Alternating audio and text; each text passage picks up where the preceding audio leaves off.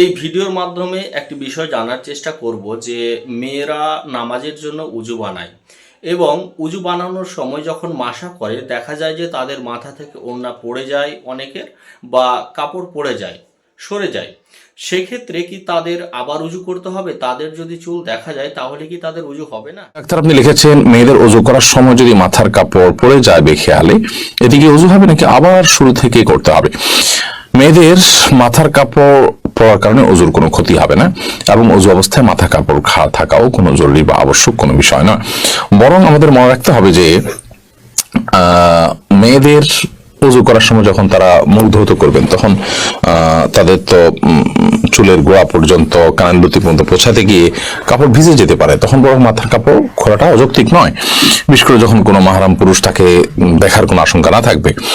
আর দ্বিতীয়ত, যখন তারা মাথা মাসা করবেন তখন যদিও মাথা কাপড় ফেলানো ছাড়া হাত ভিতর দিয়েও হতে পারে, তারপর অংশ মাথা কাপড় ফেললে খুব ভালোভাবে মাসা করা যায়। বিধায় মাথার কাপড় ফেললে ওযুর কোনো ক্ষতি হবে না, এর কারণে ওযুতে কোনো ত্রুটিও তৈরি হবে না।